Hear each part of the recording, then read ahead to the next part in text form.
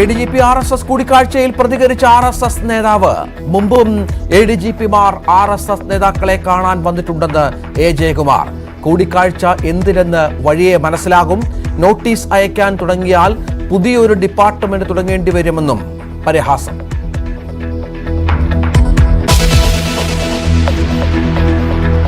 PV അൻവറിനെതിരെ നടപടി തുടങ്ങി സർക്കാർ. ഫോൺ ചോർത്തലിൽ കേസ് രജിസ്റ്റർ ചെയ്ത് കറുകച്ചാൽ പോലീസ്. അൻവർ വിളിച്ച പൊതുസമ്മേളനം വൈകിട്ട് നിലമ്പൂരിൽ.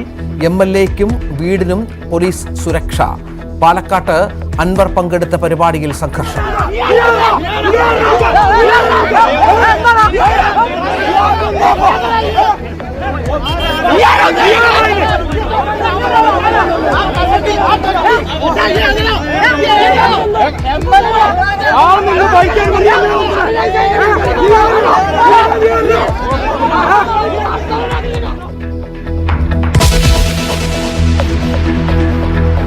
യെച്ചൂരിക്ക് പകരം ഉടൻ ജനറൽ സെക്രട്ടറി ചുമതലയില്ല. പാർട്ടി കോൺഗ്രസ് വരെ കാരാട്ട് കോർഡിനേറ്ററാകും. തീരുമാനം CPM കേന്ദ്ര കമ്മിറ്റിയിൽ.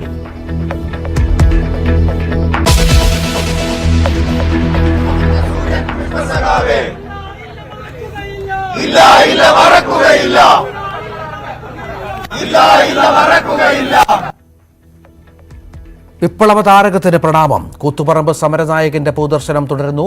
പുഷ്പന്റെ സംസ്കാരം വൈകിട്ട് വീട്ടുവളപ്പിൽ. അന്ത്യാഞ്ജലി അർപ്പിച്ച് 1000.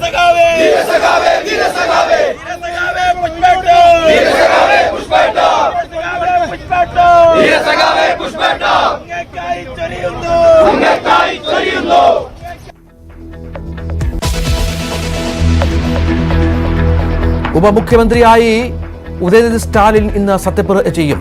4 മന്ത്രിമാരും സർക്കാരിലേക്ക്. ചടങ്ങ് രാജ്ഭവനിൽ 3:30.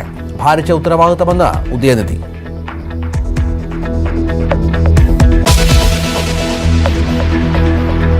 നെഹ്റു ട്രോഫി ജലമേളയിലെ വിജയതർക്കം കോടതി കയറുന്നു. Village boat club ഹൈക്കോടതിയിലേക്ക്. 100 പേർക്കെതിരെ കേസ്. നടപടി നെഹ്റു പവലിയൻ ഉപരോധിച്ചതിനും ഉദ്യോഗസ്ഥരെ തടഞ്ഞതിനും.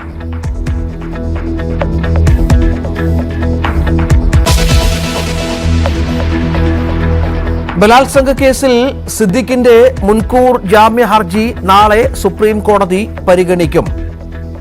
പലവട്ടം ഒളിയിടം മാറി സിദ്ദിഖ്. കണ്ടെത്താൻ കഴിയാതെ പോലീസ്.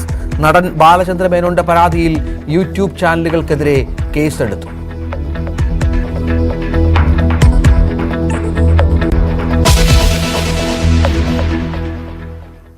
ADGP ദത്താത്രേയ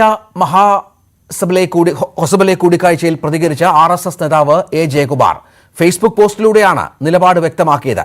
കേരളത്തിൽ ആദ്യമായല്ല ഏതെങ്കിലും ADGP RSS നേതാവിനെ കാണുന്നത് എന്ന് അദ്ദേഹം പറഞ്ഞു. ഇതിനൊക്കെ നോട്ടീസ് അയക്കാൻ തുടങ്ങിയാൽ സർക്കാർ പുതിയൊരു ഡിപ്പാർട്ട്മെന്റ് തുടങ്ങേണ്ടി വരുമെന്നാണ് പരിഹാസം. വലിയ വിവാദമായ ഒരു സംഭവമാണ്. ഇപ്പോഴും ഈ വിഷയത്തിൽ സർക്കാരിന് കൃത്യമായ ഒരു വിശദീകരണം നൽകാൻ സാധിക്കാത്ത പശ്ചാത്തലം കൂടിയുണ്ട്. ഇതൊക്കെ ചേർത്ത് വെക്കുമ്പോൾ ഈ RSS നേതാവിൻ്റെ FB പോസ്റ്റിന് പ്രാധാന്യമേറുകയാണ്. നവമി ദിനേശ് ഏറ്റവും പുതിയ വിവരങ്ങൾ പങ്കുവെക്കും. നവമി, ഇപ്പോൾ ഒരു വിശദീകരണം RSSന്റെ ഭാഗത്ത് നിന്ന് വന്നിരിക്കുകയാണ്. അതും മുമ്പും സമാനമായ കൂടിക്കാഴ്ചകൾ നടന്നിട്ടുണ്ട് എന്ന തരത്തിൽ. ഇത് നമുക്കറിയാം സംസ്ഥാന രാഷ്ട്രീയത്തിൽ എത്രത്തോളം വിവാദമായ ഒരു സംഭവമാണ്. ഇക്കാര്യത്തിൽ സർക്കാർ എത്രത്തോളം പ്രതിസന്ധിയിലായി. CPM മറുപടി പറയാനാകാതെ ഒരുപാട് തരത്തിലുള്ള പ്രശ്നങ്ങൾ നേരിടുന്ന പശ്ചാത്തലമാണ്. അവിടെയാണ് ഇത്തരമൊരു വെളിപ്പെടുത്തൽ RSS നേതാവിന്റെ ഭാഗത്ത് നിന്ന് വരുന്നത്. എന്താണ് മനസ്സിലാക്കേണ്ടത്?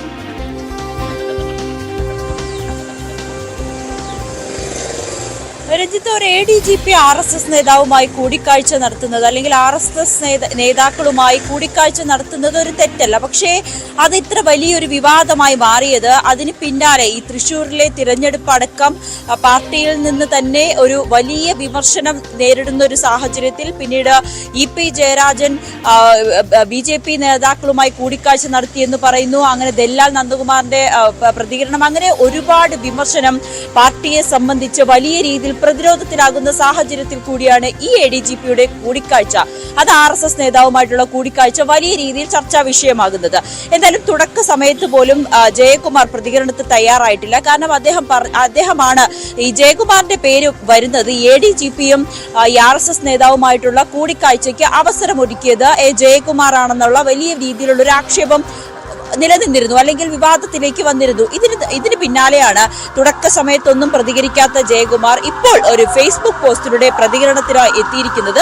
വളരെ പരിഹാസപൂർവ്വമായിട്ടുള്ള ഒരു പ്രതികരണമാണ് അദ്ദേഹം ഫേസ്ബുക്കിൽ കുറിച്ചിരിക്കുന്നത്. അതിൽ അദ്ദേഹം ഏറ്റവും പ്രധാനപ്പെട്ട കാര്യം പറയുന്നത്, ഇത് താൻ ഒരു മാധ്യമ സ്ഥാപനത്തിലെ ഒരു മാധ്യമ പ്രവർത്തകനാണ് തന്നെ വിളിച്ച് ഇത്തരത്തിൽ DGPയുടെ ഓഫീസിൽ നിന്നും നോട്ടീസ് ലഭിച്ചോ എന്നൊരു കാര്യം ചോദിക്കുന്നത്.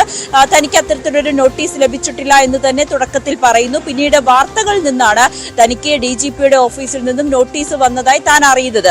പിന്നാലെയാണ് അദ്ദേഹത്തിന്റെ വിശദമായിട്ടുള്ള ഈ ഫേസ്ബുക്ക് കുറിപ്പ് മുട്ടിരിക്കുന്നത്. ഇതിൽ പറയുന്നത്, കേരളത്തിൽ ആദ്യമായല്ല ഏതെങ്കിലും ADGP RSS നേതാക്കളെ കാണാൻ വരുന്നത്. IAS IPS ഉദ്യോഗസ്ഥരും ചീഫ് സെക്രട്ടറിമാർ വരെ RSS നേതാക്കളെ കണ്ടിട്ടുണ്ട്. തന്റെ പൊതുജീവിതത്തിൽ താൻ ചെന്ന് കണ്ടവരെയും RSS നേതാക്കളെ കണ്ടവരുടെയും ലിസ്റ്റ് തിരഞ്ഞു പോയാൽ എല്ലാ രാഷ്ട്രീയ പ്രസ്ഥാനങ്ങളിലും മതവിഭാഗങ്ങളിലും പെട്ട നൂറുകണക്കിന് നേതാക്കൾ ഉണ്ടാകും. അതിനൊക്കെ നോട്ടീസ് അയക്കാൻ തുടങ്ങിയാൽ സർക്കാർ ഇതിനായി പുതിയൊരു ഡിപ്പാർട്ട്മെന്റ് വരെ തുടങ്ങേണ്ടി വരും. അതായത് ഒരു ADGP മാത്രമല്ല, സർക്കാരിലെ തന്നെ വിവിധ വകുപ്പുകളിൽ ഇരിക്കുന്ന ചീഫ് സെക്രട്ടറിമാർ ഉൾപ്പെടെ IAS IPS ഉദ്യോഗസ്ഥരുൾപ്പെടെ, എന്തിനേറെ പറയുന്നു, രാഷ്ട്രീയ പ്രവർത്തകർ ഉൾപ്പെടെ RSS നേതാക്കളെ കാണുന്നുണ്ട്, അവരുമായി സംസാരിക്കുന്നുണ്ട്. ഇതെന്താണ് ഇവർ തമ്മിൽ സംസാരിക്കുന്നതെന്ന് വരും ദിവസങ്ങളിൽ അല്ലെങ്കിൽ ഉടൻ തന്നെ പൊതുജനങ്ങൾക്ക് മനസ്സിലാകുമെന്നുകൂടി അദ്ദേഹം ഈ ഫേസ്ബുക്കിലൂടെ പറയുന്നു. അതായത് ഈ ഒരു കൂടിക്കാഴ്ച ഒരു ADGPയുടെ മാത്രം ആരോപണം അല്ലെങ്കിൽ ഒരു ADGPയിൽ മാത്രം ഒതുങ്ങി നിൽക്കേണ്ട വിവാദമല്ല, അല്ലെങ്കിൽ ഒരു ചർച്ചയല്ല. സർക്കാരിലെ തന്നെ വിവിധ ചുമതലകളിലുള്ള അല്ലെങ്കിൽ കേരളത്തിലെ തന്നെ വിവിധ രാഷ്ട്രീയ പാർട്ടിയിലെ പ്രധാനപ്പെട്ട ആളുകൾ ഉൾപ്പെടെ RSS നേതാക്കളുമായി പലയിടങ്ങളിലും കൂടിക്കാഴ്ചകൾ നടത്തുന്നുണ്ട്. ഇത് ഇന്ന് തുടങ്ങിയതല്ല, പണ്ട് മുതലേ തുടങ്ങുന്ന കാര്യങ്ങളാണെന്നൊക്കെ അദ്ദേഹം ഫേസ്ബുക്കിൽ കുറിക്കുന്നുണ്ട്. എന്തായാലും ഒരു ജയകുമാറിന്റെ ഈ ഒരു പ്രതികരണം വീണ്ടും വലിയൊരു വിവാദത്തിലേക്കാണ് വഴിവെച്ചിരിക്കുന്നത്. അങ്ങനെയാണെങ്കിൽ ഏതൊക്കെ നേതാക്കളായിരിക്കും ഈ ADGPയെ സംരക്ഷിക്കുന്ന സർക്കാരിലെ തന്നെ അല്ലെങ്കിൽ പാർട്ടിയിലെ തന്നെ ചില അംഗങ്ങൾ തന്നെ ഇവർ RSSലെ നേതാക്കളെ കണ്ടിരിക്കുന്നുണ്ടോ എന്ന ചോദ്യങ്ങളൊക്കെ ഇവിടെ ഉയരുന്നുണ്ട്. എന്തായാലും ഈ ഒരു പ്രതികരണത്തിൽ വലിയ രീതിയിൽ രാഷ്ട്രീയ കേരളം ചർച്ച ചെയ്യപ്പെടുന്ന RSS ADGP കൂടിക്കാഴ്ചയിലാണ് ഒരു വലിയ ഒരു വെളിപ്പെടുത്തലും ചില പരാമർശങ്ങളുമായി ജയകുമാർ രംഗത്തെത്തിയിരിക്കുന്നത്. ഇതിനകത്ത് നമുക്കറിയാം, സർക്കാരിന് ഈ വിഷയത്തിൽ കൃത്യമായൊരു വിശദീകരണം നൽകാൻ സാധിച്ചിട്ടില്ല. LDFൽ ഇത് എത്രത്തോളം പ്രതിസന്ധി ഉണ്ടാക്കിയിട്ടുണ്ട് CPI തുടർച്ചയായി ആവശ്യപ്പെടുന്നുണ്ട്. CPIയുടെ ഏറ്റവും വലിയ പ്രശ്നം തൃശ്ശൂരിലെ പരാജയത്തെക്കാളും ഒരുപക്ഷെ ഈ RSS കൂടിക്കാഴ്ചയിൽ നടപടി വേണമെന്ന കാര്യത്തിൽ തുടർച്ചയായി പറയുന്ന പശ്ചാത്തലമുണ്ട്. RJDയും സമാനമായ എതിർപ്പ് ഇതുമായി ബന്ധപ്പെട്ട് രേഖപ്പെടുത്തിയിട്ടുണ്ട്. അപ്പോഴും സർക്കാർ ADGPയെ സംരക്ഷിക്കുന്നു എന്ന തരത്തിലാണ് വ്യാഖ്യാനങ്ങൾ വരുന്നത്. അന്വേഷണ റിപ്പോർട്ട് വരട്ടെ എന്ന തരത്തിൽ പറയുന്നുണ്ട്. അവിടെയാണ് CPM RSS CPM BJP അന്തർധാര എന്ന വിമർശനം കോൺഗ്രസ് ഉന്നയിക്കുന്നത്. അങ്ങനെ രാഷ്ട്രീയമാകപ്പാടെ കൂടിക്കൊഴിഞ്ഞു കിടക്കുന്ന സാഹചര്യത്തിലാണ് RSS നേതാവ് പറയുന്നത് കൂടുതൽ ADGPമാർ, ഇതിനപ്പുറത്തുള്ള ADGPമാർ നേരിട്ട് വന്ന് കണ്ടിട്ടുണ്ട് RSS നേതാക്കളെ. മറ്റൊന്ന് ചേർത്ത് വെക്കുന്നത് എന്തിനെന്ന് പിന്നീട് പറയാം. ഒരുപക്ഷെ അത്തരം വെളിപ്പെടുത്തലുകളും ഈ നേതാവിന്റെ ഭാഗത്തുനിന്നുണ്ടാകും. മറ്റൊരു കാര്യം മനസ്സിലാക്കേണ്ടത്, ഈ നേതാവിനും ഇത് കൂടിക്കാഴ്ചയുമായി ബന്ധപ്പെട്ട് അന്വേഷണത്തിന് നോട്ടീസ് കിട്ടിയ ഒരു നേതാവാണ് എന്നതുകൂടി ശ്രദ്ധേയമാണ്. നവമി,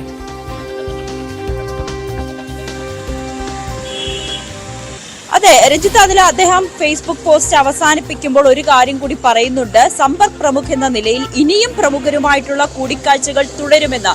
അതായത് നൂറുകണക്കിന് പ്രമുഖരായിട്ടുള്ള രാഷ്ട്രീയ അല്ലെങ്കിൽ ഏതെങ്കിലും IPS IAS ചീഫ് സെക്രട്ടറിമാർ ഉൾപ്പെടെയുള്ളവരെ കണ്ടിട്ടുണ്ട്. അത് ഇനിയും കാണും. ഇനി അത്തരത്തിലൊരു നോട്ടീസ് തരാൻ നിന്നാൽ സർക്കാരിന് പുതിയ ഡിപ്പാർട്ട്മെന്റ് തന്നെ രൂപീകരിക്കേണ്ടി വരും ഇത് അന്വേഷിക്കുന്നതിന്. അതിനർത്ഥം RSS നേതാക്കളുമായി കൂടിക്കാഴ്ച നടത്തുന്ന രാഷ്ട്രീയ പാർട്ടികൾ ഇത് ആദ്യമല്ല, അല്ലെങ്കിൽ ഒരു പോലീസ് ഉദ്യോഗസ്ഥൻ ഇത് ആദ്യമല്ല, അല്ലെങ്കിൽ സർക്കാരിന്റെ പ്രതിനിധി എന്ന നിലയിൽ ആദ്യത്തെ ആളല്ല ADGP MR അജിത് കുമാർ. ഇതിനു മുൻപും ഇതിനു ശേഷവുമൊക്കെ ഒരുപാട് നേതാക്കൾ ടെലിഫോൺ ലൈനിലുണ്ട്. ശ്രീ വർഗീസ് ജോർജ്, RSS നേതാവ് തന്നെ വിശദീകരിക്കുകയാണ്, ഇത്തരം കൂടിക്കാഴ്ചകളിൽ നോട്ടീസ് അയക്കാൻ തുടങ്ങിയാൽ ഇനിയും ഒരു ഡിപ്പാർട്ട്മെന്റ് സർക്കാരിന് തുടങ്ങേണ്ടി വരുമെന്ന്. പരിഹാസ രൂപേണയാണ് ആ വിമർശനം. അദ്ദേഹം പറഞ്ഞു വെക്കുന്നത് ADGPമാർ RSS നേതാക്കളുമായി കൂടിക്കാഴ്ച നടത്തുന്നത് ആദ്യമായല്ല എന്നാണ്. എന്ത് മനസ്സിലാക്കണം ഈ വിശദീകരണത്തിൽ നിന്ന്?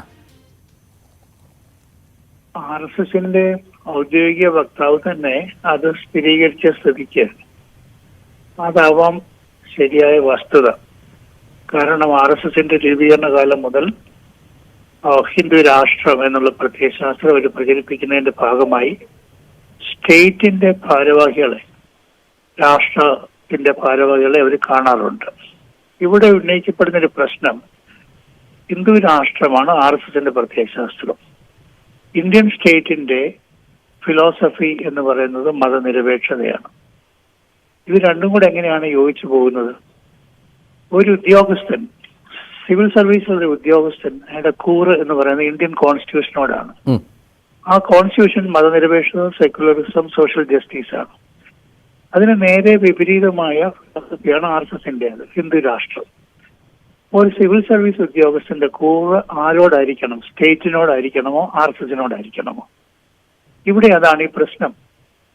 നമ്മുടെ സർവീസിൽ നിന്ന് റിട്ടയർ ചെയ്യുന്ന DGPമാരൊക്കെ ഇപ്പൊ RSSലാണ് ചെന്ന് ചേരുന്നത്. ഈയിടെ 2 ഉയർന്ന പോലീസ് ഉദ്യോഗസ്ഥന്മാർ RSS ചേരുകയുണ്ടായി.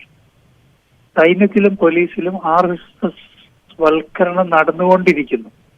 ഈ സാഹചര്യത്തിലാണ് കേരളത്തിലെ LDF ഗവൺമെന്റിലെ ഏറ്റവും ഉയർന്ന ഉദ്യോഗസ്ഥൻ RSSന്റെ ദേശീയ നേതാക്കളെ പോയി കണ്ടതിന്റെ പ്രാധാന്യം.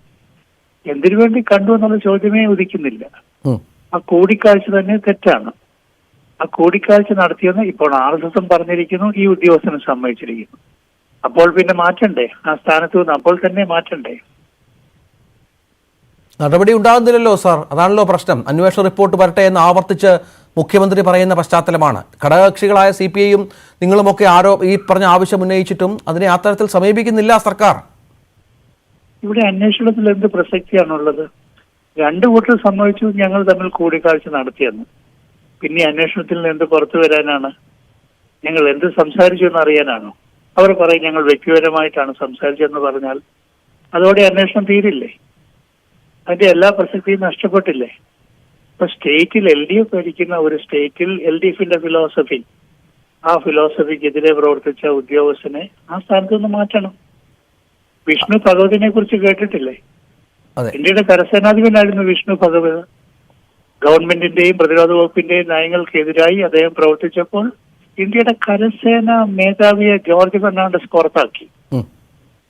അതാണ് നമുക്ക് മുമ്പിലുള്ള നമ്മൾ കണ്ടുകൊണ്ടിരിക്കുന്ന കാര്യങ്ങൾ. കേരളത്തിൽ ഇത്രയും ദിവസവുമായി LDF ഗവൺമെന്റ് നയത്തിന് വിരുദ്ധമായി പ്രവർത്തിക്കുന്ന ഈ ഉദ്യോഗസ്ഥനെ എന്തുകൊണ്ട് മാറ്റിയില്ല? ഈ മുന്നണി യോഗത്തിൽ ഇത് ഉന്നയിക്കപ്പെട്ടിരുന്നു. പക്ഷെ അവിടെ ഒരു പരിധിക്കപ്പുറം ഇത് ബോധ്യപ്പെടുത്താൻ സാധിക്കാത്തൊരു പ്രശ്നം കൂടി ഘടകകക്ഷികളുടെ ഭാഗത്തുനിന്നുണ്ടായിട്ടുണ്ടോ? മുന്നണി യോഗത്തിൽ ഇത് ഉന്നയിക്കപ്പെട്ടിരുന്നു. പക്ഷെ അപ്പോൾ മുഖ്യമന്ത്രി പറഞ്ഞത് ഇതുകൂടി അന്വേഷണത്തിൽ ഉൾപ്പെടുത്താം എന്നാണ് പറഞ്ഞത്. അല്ല, അന്നും ആ മയപ്പെട്ട സമീപനം, അത്തരമൊരു മയപ്പെട്ട സമീപനം ആ യോഗത്തിൽ ഘടകകക്ഷികളുടെ ഭാഗത്തുണ്ടായി. ശക്തമായ ഭാഷയിൽ ഇത് ഉന്നയിക്കാൻ സാധിച്ചില്ല എന്നുള്ള പരാതിയാണ്. ഘടകകക്ഷികളുടെ ഭാഗത്തുനിന്നല്ല ഉണ്ടായത്, ഗവൺമെന്റ് മുന്നണിയുടെ നേതൃത്വത്തിന്റെ ഭാഗത്തുനിന്നുണ്ടായി. അതുകൊണ്ടാണ് ചരിത്രത്തിലില്ലാത്ത വിധം മുന്നണി യോഗത്തിൽ നിന്ന് പുറത്തിറങ്ങി വന്ന് ഈ ഉദ്യോഗസ്ഥനെ മാറ്റണമെന്ന് ഞങ്ങൾ ആവശ്യപ്പെട്ടത്. പ്രതീക്ഷിക്കുന്നുണ്ടോ അങ്ങനെ ഒരു നടപടി ഉണ്ടാകുമെന്ന്? ഇന്നല്ലെങ്കിൽ നാളെ മാറ്റിയല്ലേ പറ്റൂ, അല്ലാതെ എങ്ങനെ ഗവൺമെന്റ് മുന്നോട്ട് പോകും? അതേ ഉദ്യോഗസ്ഥർ ഇപ്പോഴും ക്രമസമാധാന ചുമതലയിൽ മുന്നോട്ട് പോകുന്ന പശ്ചാത്തലമാണ് സംസ്ഥാനത്ത്. അതെ, ഇപ്പോൾ വളരെ വ്യക്തമായിരിക്കുന്നു, 2 കൂട്ടർ സമ്മതിച്ചിരിക്കുന്നു ഈ കൂടിക്കാഴ്ച നടന്നിരിക്കുന്നു എന്നുള്ളത്. ആ സാഹചര്യത്തിൽ RSSനെതിരെ ശക്തമായിട്ടുള്ള നിലപാടുകൾ സ്വീകരിച്ചിട്ടുള്ള ഇടതുപക്ഷ ജനാധിപത്യ മുന്നണിയുടെ ഉയർന്ന തലത്തിൽ ഈ ഉദ്യോഗസ്ഥൻ ആരാണെന്നുള്ള പ്രശ്നമേ അല്ല. A or B or C, ആ ഒഫീഷ്യൽ ആ സ്ഥാനത്തിരിക്കുന്നത് ശരിയല്ല. നന്ദി ശ്രീ വർഗീസ് ജോർജ്, താങ്കളുടെ പ്രതികരണത്തിൽ. ഏതായാലും RJDയുടെ ഭാഗമായി ഇത്തരം മുന്നണി യോഗത്തിലടക്കം ഈ വിഷയം ഉന്നയിക്കപ്പെട്ടിരുന്നതാണ്. പക്ഷേ അവിടെ ഒന്നും സംഭവിച്ചില്ല. അന്വേഷണത്തിന്റെ റിപ്പോർട്ട് വരട്ടെ, ഇതുകൂടി അന്വേഷണത്തിൽ ഉൾപ്പെടുത്താം എന്നുള്ള നീക്കത്തിൽ ആദ്യത്തെ തീരുമാനമാണ് മുഖ്യമന്ത്രി ഭാഗത്തുണ്ടായത്. നവമി ദിനേശ് തുടരുന്നു. നവമി, അതാണ്, അതായത് ഈ ഇത്രയധികം ആവശ്യങ്ങൾ ഉന്നയിച്ചൊരു പശ്ചാത്തലത്തിൽ കൂടിയാണ് ഈ വിഷയത്തിൽ നമ്മൾ നോക്കിക്കാണേണ്ടത്. വർഗീസ് ജോർജ് വളരെ സ്പഷ്ടമായ ഭാഷയിൽ പറഞ്ഞു വെക്കുകയാണ് ഉദ്യോഗസ്ഥരെ മാറ്റണം. പക്ഷേ മുന്നണി നേതൃത്വം, സർക്കാർ ആ തരത്തിൽ അതിനെ ഗൗനിക്കുന്നില്ല എന്നുള്ളതാണ് LDFിലെ വലിയൊരു പ്രതിസന്ധി.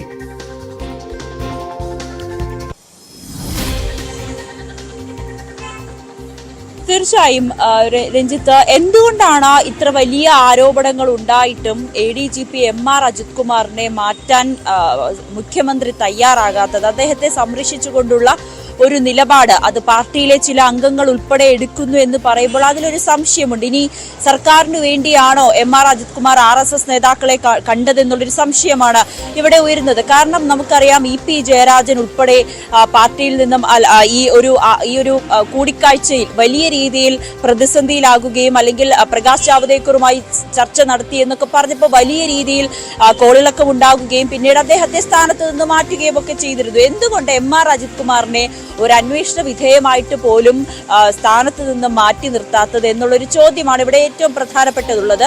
അതുകൊണ്ട് തന്നെയാണ് പാർട്ടിയിലെ ചില അംഗങ്ങൾ ഉൾപ്പെടെ പറയുന്നത് മുഖ്യമന്ത്രിക്ക് വേണ്ടിയിട്ടാണോ അല്ലെങ്കിൽ മുഖ്യമന്ത്രിയുടെയോ മകൾക്കെതിരായിട്ടുള്ള കേസ് അത് ഒതുക്കി തീർക്കാൻ വേണ്ടിയിട്ടാണോ ഈ RSS നേതാവുമായി ADGP ഒരു കൂടിക്കാഴ്ച നടത്തിയത് മുഖ്യമന്ത്രിക്ക് വേണ്ടിയിട്ടാണോ എന്നുള്ളൊരു കാര്യം ഇവിടെ പ്രധാനമായും ഉന്നയിക്കപ്പെടുന്നത്. പക്ഷെ ഇപ്പോഴും മുഖ്യമന്ത്രി ഇതിനെ നിരസിക്കുകയാണ്, അല്ലെങ്കിൽ ഈ ഒരു ആരോപണങ്ങളെ പൂർണ്ണമായും തള്ളിക്കൊണ്ടുള്ള നിലപാടുകളാണ് ഉയർന്നു വരുന്നത്. PV അൻവറിന്റെ അടക്കം വലിയ രീതിയിൽ ADGPക്കെതിരെ ആരോപണങ്ങൾ ഉന്നയിച്ചിട്ടും സർക്കാർ വേണ്ട രീതിയിൽ ADGPയെ സ്ഥാനത്ത് നിന്ന് മാറ്റുവാനോ അല്ലെങ്കിൽ അന്വേഷണ വിധേയമായി മാറ്റി നിർത്താനോ ഒന്നും തന്നെ തയ്യാറാകുന്നില്ല. ഇത് തന്നെയാണ് ഇവിടെ ഏറ്റവും പ്രധാനപ്പെട്ട സംശയമായി ഉയരുന്നത്. ഇപ്പോൾ ജയകുമാറിന്റെ ഫേസ്ബുക്ക് പോസ്റ്റ് കൂടി പുറത്തു വന്നിരിക്കുന്ന സാഹചര്യത്തിൽ ഇത് ഒരു ADGP മാത്രമല്ല IAS IPS ചീഫ് സെക്രട്ടറിമാർ ഉൾപ്പെടെയുള്ളവർ RSS നേതാക്കളുമായി കൂടിക്കാഴ്ച നടത്തും. അല്ല എന്നുണ്ടെങ്കിൽ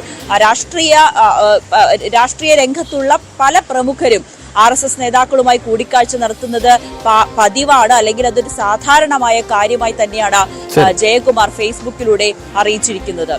ശരി, നവമി ദിനേശാണ് വിവരങ്ങൾ പങ്കുവച്ചത്. ഏതായാലും LDF-ല് വലിയ രാഷ്ട്രീയ പ്രതിസന്ധിയിലേക്ക് കാര്യങ്ങൾ പോകുന്നു എന്നുള്ളതാണ് ഏറ്റവും ഒടുവിൽ RSS നേതാവിന്റെ വെളിപ്പെടുത്തൽ കൂടി വരുമ്പോൾ കഴിഞ്ഞ 8 വർഷമായി സംസ്ഥാനം ഭരിക്കുന്ന സർക്കാരിന് ഈ വിഷയത്തിൽ മറുപടി പറയേണ്ടി വരും. ADGP-മാർ എന്തിനു തുടർച്ചയായി ഇത്തരത്തിൽ RSS നേതാക്കളുമായി കൂടിക്കാഴ്ച നടത്തുന്നു എന്നതിന് CPI നേതൃത്വം കടുത്ത നിലപാട് സ്വീകരിച്ചിരിക്കെ ഇനി എത്ര നാൾ ക്രമസമാധാന ചുമതലയുള്ള ADGP കസേരയിൽ MR അജിത് കുമാറിന് തുടരാൻ ആകും എന്നതിൽ ചോദ്യം ശക്തമാവുകയാണ്. മുഖ്യമന്ത്രി ഇപ്പോഴും അജിത് കുമാറിനെ സംരക്ഷിക്കുന്ന നിലപാടാണ് സ്വീകരിച്ചിട്ടുള്ളത്. തൃശൂർ പൂര ദിവസം സ്ഥലത്തുണ്ടായിരുന്നിട്ടും കാര്യങ്ങൾ അലങ്കോലപ്പെടുമ്പോൾ ADGP ഇടപെടാത്തത് സംശയം വർദ്ധിപ്പിക്കുന്നു. ADGPയുടെ അന്നത്തെ സമീപനത്തിൽ DGPക്ക് എതിർപ്പുണ്ട്. അജിത് കുമാർ RSS നേതാക്കളുമായി കൂടിക്കാഴ്ച നടത്തിയ സംഭവത്തിൽ ഉൾപ്പെടെ വിശദമായ അന്വേഷണ റിപ്പോർട്ട് DGP ഉടൻ സർക്കാരിന് സമർപ്പിക്കും. VV വിനോദ് വിവരങ്ങൾ പങ്കുവെക്കും. വിനോദ്, നേരത്തെ നവമി പറഞ്ഞ പ്രധാനപ്പെട്ട കാര്യങ്ങളുണ്ട്. വർഗീസ് ജോർജ് സംസാരിച്ചിട്ടുണ്ട്. ഇവരെ ഈ മുന്നണിക്ക് പുറത്തു വന്ന് ശക്തമായ ഭാഷയിൽ മാധ്യമങ്ങളോടക്കം ഇക്കാര്യം ആവശ്യപ്പെടുന്നു. മുന്നണിക്ക് അകത്ത് പറഞ്ഞപ്പോൾ അന്വേഷണത്തിൽ ഉൾപ്പെടുത്താമെന്ന് മാത്രം പറഞ്ഞ് മുഖ്യമന്ത്രി കൈകഴുകുന്നു. ഒടുവിൽ അന്വേഷണം നടക്കുകയാണ്. DGP സ്വാഭാവികമായും ADGPക്കെതിരായിരിക്കും റിപ്പോർട്ട് കൊടുക്കുക. നിയമസഭാ സമ്മേളനം ആരംഭിക്കുകയാണ്. സർക്കാരിന് വലിയ പ്രതിസന്ധിയാണ്. സർക്കാരിന് അറ്റാക്ക് ചെയ്യാൻ പ്രതിപക്ഷത്തിനുള്ള ഒരു വലിയ ആയുധമായി കൂടി ഈ ADGP വന്നേക്കാം. എങ്ങനെയാണ് കാര്യങ്ങൾ സർക്കാർ തലത്തിൽ ഇപ്പോൾ ചിന്തിക്കുന്നത്? രഞ്ജിത്ത്, ഇപ്പോൾ ജയകുമാറിൻ്റെ ഈ വെളിപ്പെടുത്തൽ അത് തീർച്ചയായും CPM-ന് ഉയർത്തുന്ന വെല്ലുവിളി ചെറുതല്ല. കാരണം ആരാണ് MR അജിത് കുമാറിനെ സംരക്ഷിക്കുന്നതെന്ന ചോദ്യം ഉയർന്നു വരുമ്പോൾ മുഖ്യമന്ത്രി ഒരു വശത്ത് ഇതുവരെ അദ്ദേഹത്തിന് എതിരെ ഒരു നടപടിയെടുക്കാതെ സംരക്ഷിക്കുന്നു. അതോടൊപ്പം തന്നെ RSS നേതാവിൻ്റെ വെളിപ്പെടുത്തൽ അദ്ദേഹം പറയുന്നത് ഇതൊരു പുതുമയുള്ള കാര്യമല്ല, നേരത്തെയും നിരവധി ഉന്നത ഉദ്യോഗസ്ഥർ RSS നേതാക്കളുമായി കൂടിക്കാഴ്ച നടത്തിയിട്ടുണ്ട്. അതുകൊണ്ട് തന്നെ അത്തരം കാര്യങ്ങൾ പരിശോധിച്ചാൽ ഒരു പ്രത്യേക ഡിപ്പാർട്ട്മെൻറ്റ് തന്നെ രൂപീകരിക്കേണ്ടി വരുമെന്ന് പറയുന്നു. ഇവിടെ പ്രധാനമായും വരുന്ന ഒരു കാര്യം, സഭാ സമ്മേളനം തുടങ്ങുകയാണ്. രഞ്ജിത്ത് പറഞ്ഞതുപോലെ തന്നെ പ്രതിപക്ഷം പറയാൻ പോകുന്ന പ്രധാനപ്പെട്ട ഒരു കാര്യം അത് ഇങ്ങനെ തന്നെ ആയിരിക്കും. RSSനും മുഖ്യമന്ത്രിക്കും ഒരേ സ്വരമാണ്. കാരണം ഈ കൂടിക്കാഴ്ചയെ ന്യായീകരിക്കുന്ന രണ്ട് കൂട്ടർ എന്ന നിലയ്ക്ക് അവർ പറയാൻ പോകുന്നത് മുഖ്യമന്ത്രിയുടെ നിലപാടും അതോടൊപ്പം തന്നെ RSS നേതാവിൻ്റെ ഇപ്പോഴത്തെ ഫേസ്ബുക്ക് പോസ്റ്റുമായിരിക്കും എന്ന കാര്യത്തിൽ തർക്കമില്ല. മുഖ്യമന്ത്രി ഇക്കാര്യം അന്വേഷിക്കുമെന്ന് പറയുമ്പോഴും ലോ ആൻഡ് ഓർഡർ ADGP സ്ഥാനത്ത് നിന്ന് MR അജിത് കുമാറിനെ മാറ്റാൻ ഇതുവരെ അദ്ദേഹം തയ്യാറായിട്ടില്ല. ഈ കൂടിക്കാഴ്ചയുടെ എന്തായിരുന്നു ഇതിൻ്റെ സാങ്കത്യം, അല്ലെങ്കിൽ എന്തിനു വേണ്ടിയായിരുന്നു ഈ കൂടിക്കാഴ്ച, അതിൻ്റെ വിശദാംശങ്ങൾക്കപ്പുറം ഈ കൂടിക്കാഴ്ച തന്നെ തെറ്റായിരുന്നുവെന്ന് LDF-ലെ ഘടകകക്ഷികൾ പറയുമ്പോൾ എന്തിന് അജിത് കുമാറിനെ ആ തസ്തികയിൽ അതേപടി നിലനിർത്തണം എന്ന ചോദ്യമാണ് പ്രധാനമായും ഉയരുന്നത്. നമ്മൾ കാണേണ്ട മറ്റൊരു വസ്തുത കൂടിയുണ്ട്. ഇടതുമുന്നണിയിൽ നിന്നോ CPM-ൽ നിന്ന് പോലുമോ മറ്റ് പല വിഷയങ്ങളിലും മുഖ്യമന്ത്രിക്ക് പിന്നിൽ അണിനിരന്നതുപോലെ നേതാക്കൾ ഇക്കാര്യത്തിൽ അദ്ദേഹത്തിനൊരു പിന്തുണ നൽകുന്നില്ല എന്നതുകൂടി എടുത്തു കാണേണ്ട ഒരു വസ്തുതയാണ്. ഇതിൽ AM ഷംസീർ മാത്രമാണ്, സ്പീക്കർ മാത്രമാണ് മുഖ്യമന്ത്രിയുടെ നിലപാടിനോട് അല്ലെങ്കിൽ ഈ കൂടിക്കാഴ്ചയെ ന്യായീകരിച്ചുകൊണ്ടുള്ള ഒരു നിലപാട് സ്വീകരിച്ചത്.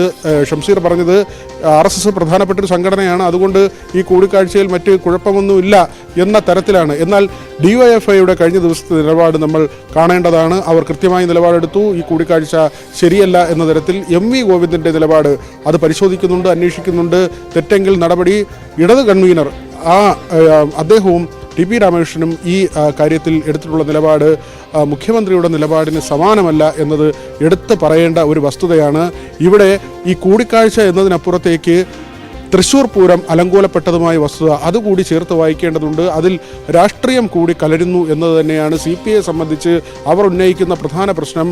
തൃശ്ശൂരിൽ BJP ജയിച്ചത് അതൊരു ഗൂഢാലോചനയുടെ ഭാഗമായിരുന്നു, അത് സംശയിക്കേണ്ടിയിരിക്കുന്നു. ഊഴം വെച്ച് എന്തിന് RSS നേതാവിനെ ADGP കണ്ടു എന്ന ചോദ്യമാണ് ബിനോയ് വിശ്വം ഉന്നയിച്ചത്.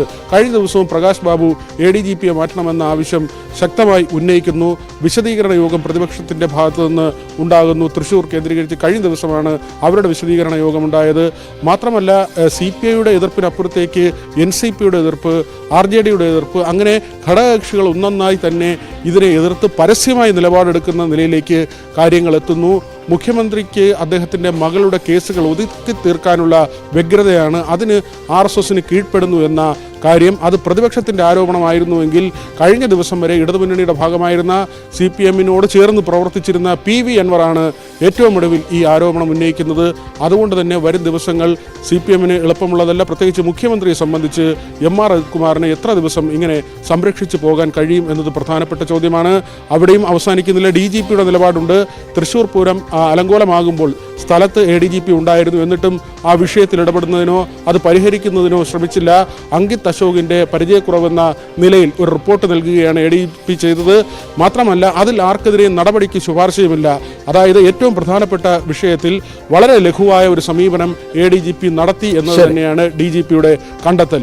BB വിനോദാണ് വിവരങ്ങൾ പങ്കുവച്ചത്. CPIക്ക് മുന്നിൽ ഒരു കാലത്തും UDF വാതിൽ അടച്ചിട്ടേയില്ലെന്ന് K മുരളീധരൻ. വരണമോ എന്ന് തീരുമാനിക്കേണ്ടത് അവരാണെന്നും K മുരളീധരൻ പറഞ്ഞു. CPIയുടെ ഒരു ഭാവി LDFൽ എന്താണെന്നാണ് കരുതുന്നത്? UDF CPIയോടുള്ള UDFിൻ്റെ ഒരു സമീപനം? അല്ല, CPIനോട് ഞങ്ങൾക്ക് വിരോധമൊന്നുമില്ല. കാരണം ഇന്ത്യ മുന്നണിയുടെ എക്സിക്യൂട്ടീവിൽ അവരും അംഗമാണ്. BJPയെ നേരിടാൻ കോൺഗ്രസുമായിട്ട് സഖ്യം വേണം എന്നുള്ള അഖിലേന്ത്യാ നയം കേരളത്തിലും അംഗീകരിച്ചിട്ടുള്ളവരാണ് കേരളത്തിലെ CPI. അപ്പോൾ CPI അഖിലേന്ത്യാ തലത്തിലും ഒരു പരിധിവരെ കേരളത്തിലും ഒരു കോൺഗ്രസ് വിരോധമുള്ള സംഘടനയല്ല. UDFിൻ്റെ വാതിൽ തുറന്ന് കിടപ്പുണ്ടോ? ഒരിക്കലും CPIയുടെ നേരെ ഞങ്ങൾ വാതിൽ കൊട്ടിയടക്കുന്നില്ല. പിന്നെ അകത്ത് കയറണോ വേണ്ടതെന്ന് അവർ തീരുമാനിക്കേണ്ടതാണ്. ഞങ്ങൾക്ക് അവരോട് ഒരു രാഷ്ട്രീയ എതിർപ്പില്ല. PV അൻവർ MLAക്കെതിരെ ഫോൺ ചോർത്തൽ കേസ്. കോട്ടയം കറുകച്ചാൽ പോലീസാണ് കേസ് രജിസ്റ്റർ ചെയ്തത്. നെടുങ്കുന്നം സ്വദേശി തോമസ് പീലിയാനിക്കൽ നൽകിയ പരാതിയുടെ അടിസ്ഥാനത്തിലാണ് കേസ്. സ്വകാര്യതയുടെ ലംഘനമാണെന്ന് ചൂണ്ടിക്കാട്ടിയായിരുന്നു പരാതി. ശ്രീജിത്ത് ഏറ്റവും പുതിയ വിവരങ്ങൾ പങ്കുവെക്കും. ശ്രീജിത്ത്, ഒരുപക്ഷെ ഈ അൻവർ സർക്കാരിനോട് പിണങ്ങിയതിന് ശേഷം രജിസ്റ്റർ ചെയ്യപ്പെടുന്ന ആദ്യ കേസ്, അതും സർക്കാർ തലത്തിൽ അൻവറിനെതിരെ നടപടി ആരംഭിച്ചിരിക്കുന്നു എന്നും വ്യാഖ്യാനിക്കാം. എന്താണ് ഇതുമായി ബന്ധപ്പെട്ട വിവരങ്ങൾ?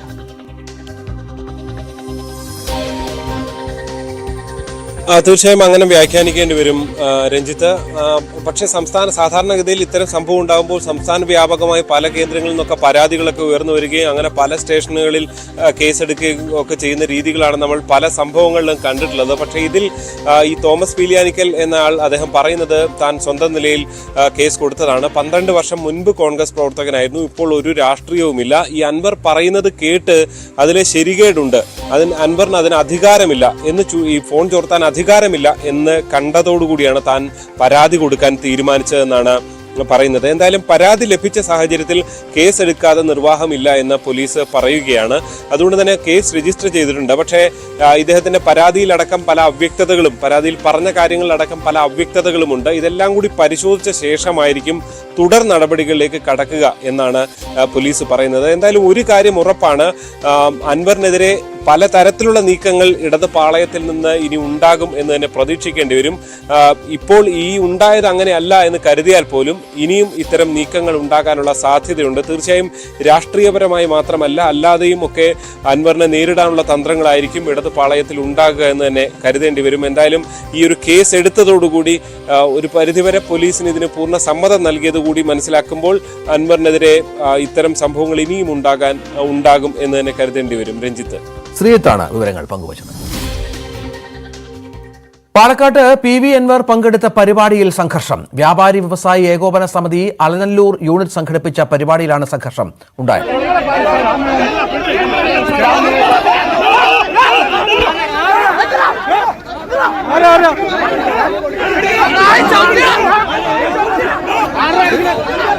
വ്യാപാരികളുടെ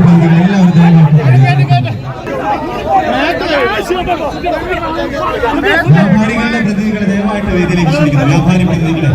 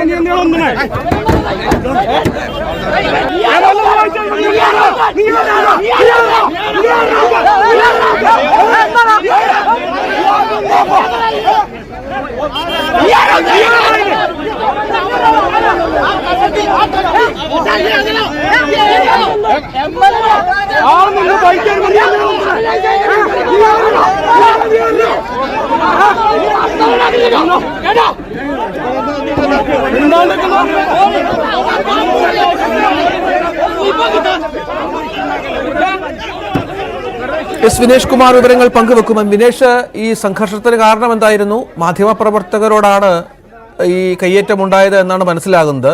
പ്രകോപനപരമായ ഏതെങ്കിലും ചോദ്യമുണ്ടായോ? മറ്റു വിവരം എന്താണ്? രഞ്ജിത്ത്, അത്തരത്തിൽ പ്രകോപനപരമായ ചോദ്യമൊന്നും ഉണ്ടായിട്ടില്ല. അതായത് PV അൻവറിനെതിരെ കേസെടുത്തിട്ടുണ്ട്. അതായത് ഈ ഫോൺ ചോർത്തിയതുമായി ബന്ധപ്പെട്ട സംഭവത്തിൽ കേസെടുത്തതിന്റെ പിന്നാലെയാണ് PV അൻവർ ഇവിടെ പരിപാടിക്ക് എത്തിയത്. അതായത് മണ്ണാർക്കാടിനടുത്തുള്ള അലനല്ലൂർ വ്യാപാരി വ്യവസായി ഏകോപന സമിതിയുടെ യൂണിറ്റിന്റെ വ്യാപാര ഉത്സവത്തിന്റെ നറുക്കെടുപ്പ് അൻവറാണ് നിർവഹിക്കാൻ. അതിനുവേണ്ടിയാണ് 10 മണിയോടുകൂടി അദ്ദേഹം എത്തിയത്. പരിപാടി കഴിഞ്ഞ് 11 മണിയോടുകൂടി PV അൻവർ MLA കാറിൽ മടങ്ങുന്നതിനിടയിൽ മാധ്യമപ്രവർത്തകർ ഇക്കാര്യം ചോദിച്ചു. അതായത് കേസെടുത്തിട്ടുണ്ട്, എന്താണ് പ്രതികരണം എന്ന് ചോദിച്ചു. അപ്പോൾ പക്ഷേ അതിനെക്കുറിച്ച് താൻ ഇപ്പോൾ സംസാരിക്കുന്നില്ല, പൊതുയോഗത്തിൽ വളരെ വിശദമായി കാര്യങ്ങൾ പറയും, അതുകൊണ്ട് ഇപ്പോൾ താൻ പ്രതികരിക്കാനില്ല എന്ന് അദ്ദേഹം പറഞ്ഞു. ഇതിനിടയിലാണ് 2 പേർ മാധ്യമപ്രവർത്തകർക്ക് നേരെ ചാടി വീഴുകയും മാധ്യമപ്രവർത്തകരെ കയ്യേറ്റം ചെയ്യുകയും ചെയ്തത്. ഈ 2 പേരും ഇപ്പോൾ പോലീസിന്റെ കസ്റ്റഡിയിൽ ആയി എന്നുള്ളതാണ് നമുക്ക് ലഭിക്കുന്ന ഏറ്റവും പുതിയ വിവരം. ഒരാൾ CITU പ്രവർത്തകനാണെന്ന് പറയപ്പെടുന്നു, അയാളുടെ പേര് മാണിക്യം എന്നാണ്. മറ്റൊന്ന് മജീദാണ്. മജീദ് ഈ സംഘാടകനാണ് എന്നുള്ളതാണ് ഇപ്പോൾ ലഭിക്കുന്ന ഒരു വിവരം.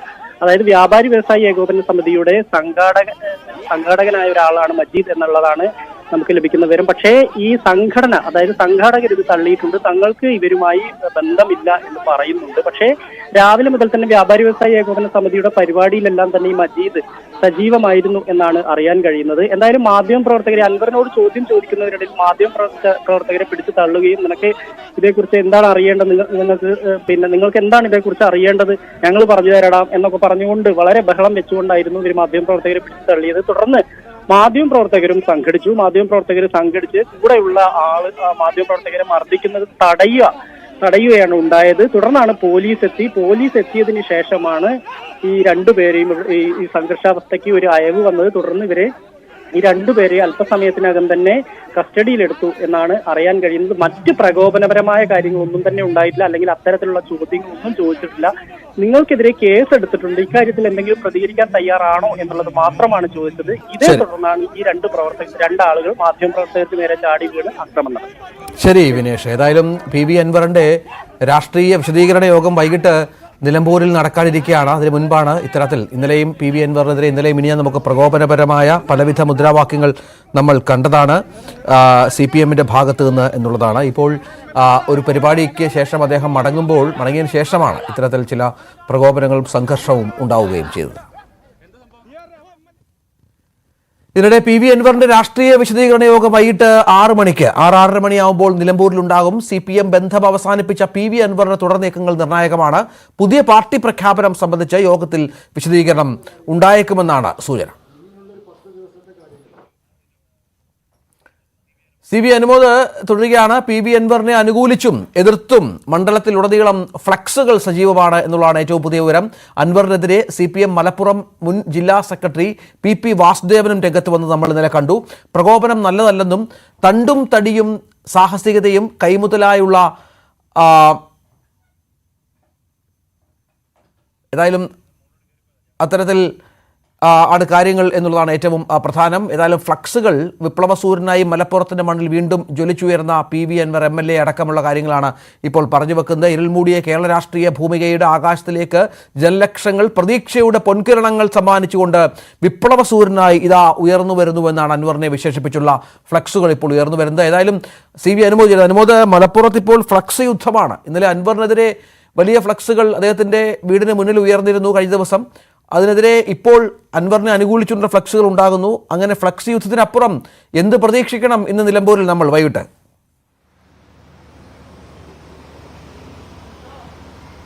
തീർച്ചയായും അൻവറിനെ സംബന്ധിച്ച് ഇന്നത്തെ പൊതുസമ്മേളനം രാഷ്ട്രീയ ജീവിതത്തിൽ ഏറ്റവും നിർണായകമായതാണ്. കാരണം ഇതുവരെ അൻവറിനൊപ്പം നിന്നിരുന്ന ആ പ്രസ്ഥാനത്തിൽ നിന്നും അൻവർ വേറിട്ട് നിൽക്കുന്നു. പ്രസ്ഥാനത്തിലെ നേതൃത്വത്തിനെതിരെ സംസാരിക്കുന്നു. പ്രസ്ഥാനത്തിലെ പുഴുക്കുത്തുകളുണ്ടെന്ന് ആരോപിക്കുന്നു. പ്രസ്ഥാനത്തെ നയിക്കുന്നവർക്കെതിരെ കടുത്ത ആരോപണങ്ങൾ ഉന്നയിക്കുന്നു. RSS അനുകൂലിയാണ് ജില്ലയിലെ നേതാക്കൾ എന്ന് പറയുന്നു. ചുരുക്കത്തിൽ ഇതുവരെ അൻവറിനെ ഒപ്പം നടന്ന് തലയിലേറ്റി നടന്നിരുന്ന പാർട്ടിക്കാർ തന്നെ ഇപ്പോൾ താഴെ തള്ളിയിട്ട് കൊലവിളി നടത്തുന്ന സാഹചര്യമാണുള്ളത്. ആ ഒരു ഘട്ടത്തിലാണ് അദ്ദേഹത്തിന്റെ ഇന്നത്തെ സമ്മേളനം. എന്തുകൊണ്ട് താൻ ഇങ്ങനെയാകുന്നു, എന്താണ് തനിക്ക് പറയാനുള്ളത്, തന്റെ ഭാഗത്തുള്ള വിശദീകരണം എന്താണ്, നാളെ എങ്ങനെയായിരിക്കും, തന്റെ പദ്ധതികൾ എന്തെങ്കിലും, ഇതെല്ലാം തന്നെ വളരെ വിശദമായിട്ട് അദ്ദേഹം ഇന്നത്തെ സമ്മേളനത്തിൽ വ്യക്തമാക്കുമെന്ന് തന്നെ വേണം കരുതുവാൻ. ഇന്ന് രാവിലെ അദ്ദേഹം മാധ്യമങ്ങളെ കണ്ടപ്പോൾ എത്ര പേരുണ്ടാവുമെന്ന ചോദ്യത്തിന് 200 പേരുണ്ടാവും എന്ന് പരിഹാസത്തോടെ പറയുകയായിരുന്നു. പിന്നീട് അദ്ദേഹം പാലക്കാട് അലനല്ലൂരിൽ വെച്ച് കണ്ടപ്പോൾ 50 പേരെങ്കിലും ഉണ്ടാവും. അതായത് അൻവറിന് ആളെ കൂട്ടാൻ കഴിയില്ലെന്ന ഇടതുപക്ഷ നേതാക്കളുടെ പ്രസ്താവനയെ പരിഹസിച്ചുകൊണ്ടായിരുന്നു അൻവറിന്റെ മറുപടിയെല്ലാം തന്നെ.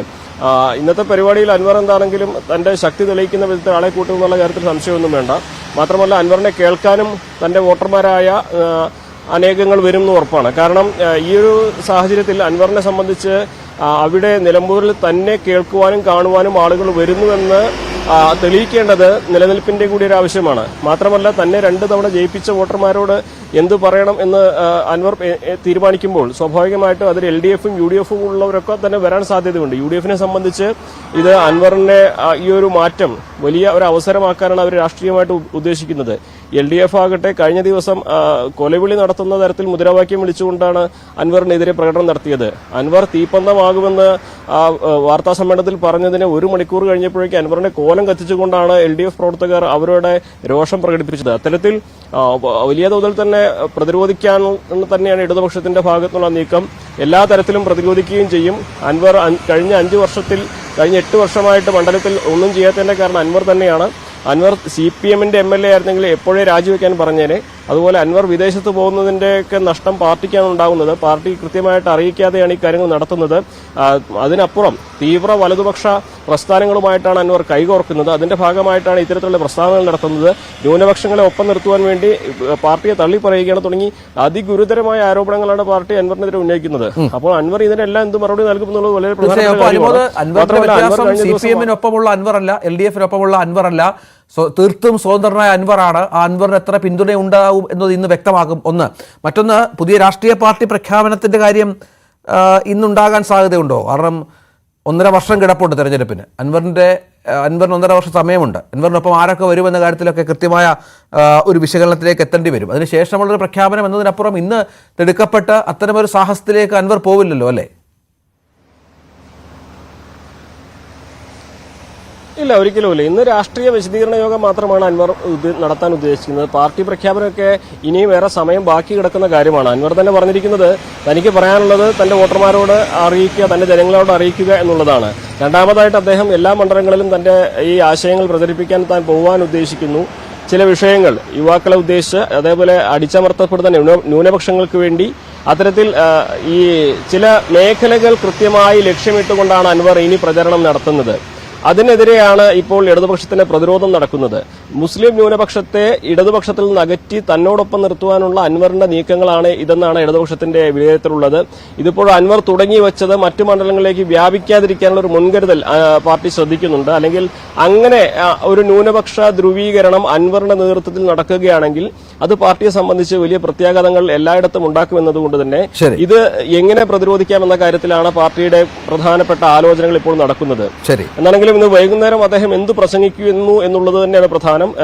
CPM-നെതിരെ വിമർശനം ഉണ്ടാകുമെന്ന് ഉറപ്പാണ്. പക്ഷേ പാർട്ടി പ്രഖ്യാപനത്തിലേക്കൊന്നും പോകില്ല എന്ന് തന്നെയാണ് ഈ ഘട്ടത്തിൽ കരുതാൻ. ശരി, CB അനുമോദാണ് വിവരങ്ങൾ പങ്കുവച്ചത്. ഇതിനിടെ മലപ്പുറത്തിന് പുറത്തും PV അൻവർ MLA-യെ പിന്തുണച്ച പോസ്റ്ററുകൾ. എറണാകുളം കോതമംഗലത്താണ് പോസ്റ്ററുകൾ പ്രത്യക്ഷപ്പെട്ടത്. നെല്ലിക്കുഴി കമ്പനിപ്പടിയിൽ വെച്ചിട്ടുള്ള ഫ്ലെക്സ് ബോർഡിൽ ചോദ്യം ചോദിച്ച കുട്ടിയെ ക്ലാസ് മുറിയിൽ നിന്ന് പുറത്താക്കിയാലും ചോദ്യം അവിടെ അവശേഷിക്കും എന്നാണ് കുറിച്ചിട്ടുള്ളത്. CPM പോളിറ്റ് ബ്യൂറോയുടെയും കേന്ദ്ര കമ്മിറ്റിയുടെയും കോഓർഡിനേറ്ററായി പ്രകാശ് കാരാട്ടിനെ നിയമിച്ചു. സീതാറാം യെച്ചൂരിയുടെ മരണത്തെ തുടർന്നാണ് ചുമതല. കിരൺ ബാബു ചേരുന്നു. കിരൺ, തൽക്കാലത്തേക്ക് ജനറൽ സെക്രട്ടറി ഉണ്ടാവില്ല. പ്രകാശ് കാരാട്ട് മുതിർന്ന നേതാവാണ്. അദ്ദേഹം അതിന്റെ ചുമതലകൾ വഹിക്കും എന്നാണ് അല്ലേ? അതുതന്നെയാണ്. സീതാറാം യെച്ചൂരിയുടെ അകാല വിയോഗത്തെ തുടർന്ന് CPM തൽക്കാലം അടുത്ത പാർട്ടി കോൺഗ്രസ് 2025 ഏപ്രിൽ മധുരയിലാണ് പാർട്ടി കോൺഗ്രസ് നടക്കുന്നത്. ഈ പാർട്ടി കോൺഗ്രസ് വരെയുള്ള കാലത്തേക്കാണ് താൽക്കാലിക ചുമതല പ്രകാശ് കാരാട്ടിന് നൽകിയിരിക്കുന്നത്. കോർഡിനേറ്റർ ചുമതലയാണ് പ്രകാശ് കാരാട്ടിന് നൽകിയിരിക്കുന്നത്. പാർട്ടി കോൺഗ്രസ് ആണ് അടുത്ത ജനറൽ സെക്രട്ടറിയെ തെരഞ്ഞെടുക്കേണ്ടത്. ആ പാർട്ടി കോൺഗ്രസ് ജനറൽ സെക്രട്ടറിയെ തെരഞ്ഞെടുക്കട്ടെ എന്നുള്ള നിലപാടാണ് കേന്ദ്ര കമ്മിറ്റിയും PBയും കേന്ദ്ര കമ്മിറ്റിയും എടുത്തത്. PBയിൽ തീരുമാനമായിരുന്നില്ല. അതിനുശേഷം കേന്ദ്ര കമ്മിറ്റിയിലേക്ക് ഈ തീരുമാനം വിട്ടിരുന്നു. പക്ഷേ കേന്ദ്ര കമ്മിറ്റിയുടെ ഭാഗത്തു നിന്നും തൽക്കാലം ഒരു പുതിയ ജനറൽ സെക്രട്ടറിയെ തെരഞ്ഞെടുക്കേണ്ടതില്ല, പാർട്ടി കോൺഗ്രസ് വരെ ചുമതല നൽകുക. മുതിർന്ന നേതാവാണ് പ്രകാശ് കാരാട്ട്. 3 തവണ പാർട്ടി ജനറൽ സെക്രട്ടറി ആയ ആൾ കൂടിയാണ് പ്രകാശ് കാരാട്ട്. പക്ഷേ പ്രകാശ് കാരാട്ട് അടക്കം PBയിൽ 17 PBയിൽ നിലവിലുള്ള മുതിർന്ന അംഗങ്ങൾ പലരും ഇത്തവണ പ്രായത്തിൻ്റെ 75 വയസ്സ് പ്രായപരിധി കൊണ്ട് PBയിൽ നിന്ന് ഒഴിവാകുകയാണ്. പ്രകാശ് കാരാട്ട്, ബൃന്ദ കാരാട്ട്, മണിക് സർക്കാർ തുടങ്ങിയവരെല്ലാം തന്നെ, സൂര്യാന്ത് മിശ്ര അടക്കമുള്ളവർ ഈ 75 വയസ്സ് പ്രായപരിധി കൊണ്ട് ഒഴിയേണ്ടി വരുന്നു. സുഭാഷിണി അലി അടക്കമുള്ളവർ ഒഴിയുകയാണ്. ഇതിന് പകരം ആര്, പുതിയ നിരയിലേക്ക് പ്രായപരിധി കുറവുള്ള ആര് എന്നുള്ളതായിരുന്നു പ്രധാനപ്പെട്ട വിഷയം. അങ്ങനെ ഏതെങ്കിലും ഒരാളെ തൽക്കാലം തീരുമാനിച്ചാൽ അത് പാർട്ടി കോൺഗ്രസിന് മുമ്പ് തന്നെ ഒരു ജനറൽ സെക്രട്ടറിയെ തീരുമാനിക്കുന്ന തരത്തിലേക്ക് പോകും എന്നുള്ള ഒരു നിലപാട് കൊണ്ടുകൂടിയാണ് തൽക്കാലത്തേക്ക് മുതിർന്ന അംഗം കൂടിയായ പ്രകാശ് കാരാട്ടിന് ചുമതല നൽകുക. ഇനി അതല്ല, അങ്ങനെ പാർട്ടി കോൺഗ്രസിൽ പുതിയൊരു ആളെ ജനറൽ സെക്രട്ടറി സ്ഥാനത്ത് കണ്ടെത്താൻ കഴിയുന്നില്ലെങ്കിൽ പ്രായപരിധിയിൽ ഏതെങ്കിലും തരത്തിലുള്ള ഇളവ് ഇതിൽ ആർക്കെങ്കിലും നൽകണോ എന്ന വിഷയത്തിലടക്കം ആ സമയത്ത് തീരുമാനമെടുക്കുക എന്നുള്ള നിലപാടിലാണെന്ന് അറിയുന്നു. MA ബേബി അടക്കമുള്ളവരുടെ പേരുകൾ നമ്മൾ സജീവമായി ഉയർന്നു കേട്ടെങ്കിലും അത്തരം ഒരു ചർച്ചകളിലേക്കൊന്നും അത്തരം പേരുകളിലേക്കുള്ള ചർച്ചകളിലേക്ക് പുതിയ തലമുറയിൽ നിന്ന് ആർക്ക് നൽകണം എന്നുള്ള തരത്തിലേക്കുള്ള ചർച്ചകളിലേക്ക് PB പോയിട്ടില്ല എന്നുള്ളതാണ് നമുക്ക് ലഭ്യമായ വിവരങ്ങൾ. എന്തായാലും PBയുടെ ഔദ്യോഗികമായ അറിയിപ്പ് പ്രകാശ് കാരാട്ട് കോർഡിനേറ്റർ എന്ന നിലയ്ക്ക് കോർഡിനേറ്റ് ചെയ്യും, കോർഡിനേറ്ററായി പ്രവർത്തിക്കും. ജനറൽ സെക്രട്ടറിയുടെ താൽക്കാലിക ചുമതല എന്ന് വേണമെങ്കിൽ അതിനെ നമുക്ക് വിവർത്തനം ചെയ്യാം. പാർട്ടി കോൺഗ്രസ് വരെ പാർട്ടിക്ക് ജനറൽ സെക്രട്ടറിയുടെ ഒരുപാട് ഉത്തരവാദിത്തങ്ങളുണ്ട്. പാർട്ടി കോൺഗ്രസിൽ റിപ്പോർട്ട് അവതരിപ്പിക്കുക അടക്കമുള്ള പ്രധാനപ്പെട്ട ഉത്തരവാദിത്തങ്ങൾ ജനറൽ സെക്രട്ടറിയുടേതായിട്ടുണ്ട്. അതോടൊപ്പം തന്നെ PB തീരുമാനങ്ങളും CC തീരുമാനങ്ങളും ഒക്കെ ആരാണ് റിപ്പോർട്ട് ചെയ്യേണ്ടത് അടക്കമുള്ള വിഷയങ്ങളുണ്ട്. ഈ ചുമതലകളെല്ലാം ജനറൽ സെക്രട്ടറിയുടെ ചുമതല പൂർണ്ണമായും പ്രകാശ് കാരാട്ടായിരിക്കും നിർവഹിക്കുക. പാർട്ടി കോൺഗ്രസ് 2025 ഇപ്പോഴത്തെ ബ്രാഞ്ച് സമ്മേളനങ്ങൾ വിവിധ സംസ്ഥാനങ്ങളിൽ നടക്കുകയാണ്. അതിനുശേഷം ലോക്കൽ ഏരിയ ജില്ലാ സംസ്ഥാന സമ്മേളനങ്ങൾക്ക് ശേഷമാണ് പാർട്ടി കോൺഗ്രസ് നടക്കുന്നത്. ആ പാർട്ടി കോൺഗ്രസിൽ വെച്ച് പുതിയ ജനറൽ സെക്രട്ടറിയെ തെരഞ്ഞെടുക്കും. ശരി, കിരൺ ബാബുവാണ് വിവരങ്ങൾ പങ്കുവച്ചത്. കൂത്തുപറമ്പ് സമരനായകൻ പുഷ്പന്റെ സംസ്കാരം വൈകിട്ട്. മൃതദേഹം തലശ്ശേരി ടൗൺ ഹാളിൽ പൊതുദർശനത്തിന് വെച്ചിരിക്കുകയാണ്. നേരത്തെ കൂത്തുപറമ്പ് രക്തസാക്ഷി മണ്ഡപത്തിലും പൊതുദർശനമുണ്ടായിരുന്നു. വൈകിട്ട് ചൊക്ലിയിലെ വീട്ടുവളപ്പിൽ സംസ്കാരം നടക്കും.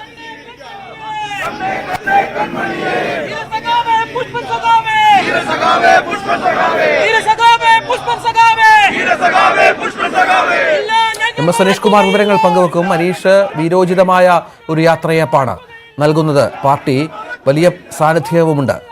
എന്തൊക്കെയാണ് വിവരങ്ങൾ?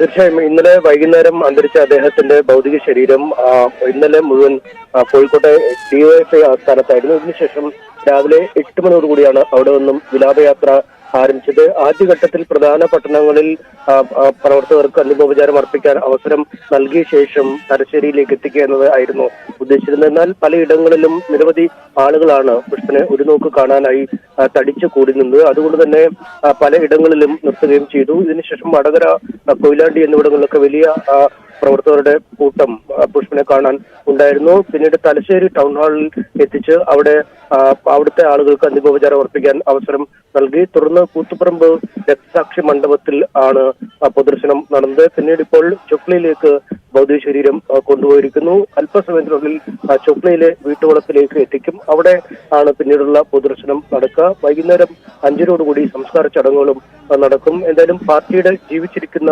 രക്തസാക്ഷി എന്ന പേരിലാണ് പുഷ്പൻ അറിയപ്പെട്ടത്. വലിയ നേതാക്കളുടെ ഒരു നീണ്ട നിരയും വലിയ പ്രവർത്തകരുടെ നിരയും അദ്ദേഹത്തെ കാണുന്നതിനായി എത്തിയിട്ടുണ്ട്. എന്തായാലും കണ്ണൂർ ജില്ലയിൽ തന്നെയാണ് ഇപ്പോൾ ഉള്ളത്. കൂത്തുപറമ്പിലെ പൊതുദർശനം പൂർത്തിയാക്കി വീട്ടിലേക്ക് കൊണ്ടുപോയിരിക്കുകയാണ്. MS അനീഷ് കുമാറാണ് വിവരങ്ങൾ പങ്കുവച്ചത്. മറ്റു വാർത്തയിലേക്ക്. നെഹ്റു ട്രോഫി ജലമേള വിധി നിർണയത്തിലെ തർക്കം കോടതി കയറുന്നു. മൈക്രോ സെക്കൻഡുകളുടെ വ്യത്യാസത്തിൽ ജലമേളയുടെ ജേതാവായി കാരിച്ചാൽ ചുണ്ടനെ പ്രഖ്യാപിച്ചിരുന്നു. എന്നാൽ ആദ്യം ഒരേ സമയമാണ് 2 വള്ളങ്ങളുടേതായി രേഖപ്പെടുത്തിയതെന്നും പിന്നീട് തിരുത്തി കാരിച്ചാലിന് കപ്പ് നൽകുകയായിരുന്നുവെന്നും രണ്ടാം സ്ഥാനത്തെത്തിയ BBC കൈനഗിരിയുടെ വിയപുരം ചുണ്ടൻ പറയുന്നു. ഹൈക്കോടതിയെ സമീപിക്കാനാണ് BBC കൈനഗിരിയുടെ തീരുമാനം. മായ ചുണ്ടൻ വള്ളങ്ങളുടെ ഫൈനൽ മത്സരം 1-ൽ നടുഭാഗം, 2-ൽ കാരിച്ചാൽ, 3-ൽ നീരണം. ഇതാ 2-ലെ കാരിച്ചാൽ, ഇല്ല 3-ലെ വിയപുരം. കാരിച്ചാലും വിയപുരവും അതുപോലെ നീരണവും തമ്മിൽ പൊരിഞ്ഞു പോരാടുന്നു. 1-ലെ നടുഭാഗം അല്പം മുന്നിൽ, ഇല്ല പള്ളാത്തുരുത്തിയുടെ കാരിച്ചാൽ. ജലമേളയുടെ ചരിത്രത്തിൽ തന്നെ ഏറ്റവും ആവേശകരമായ ഫൈനലായിരുന്നു 70ാമത് നെഹ്റു ട്രോഫിയുടേത്.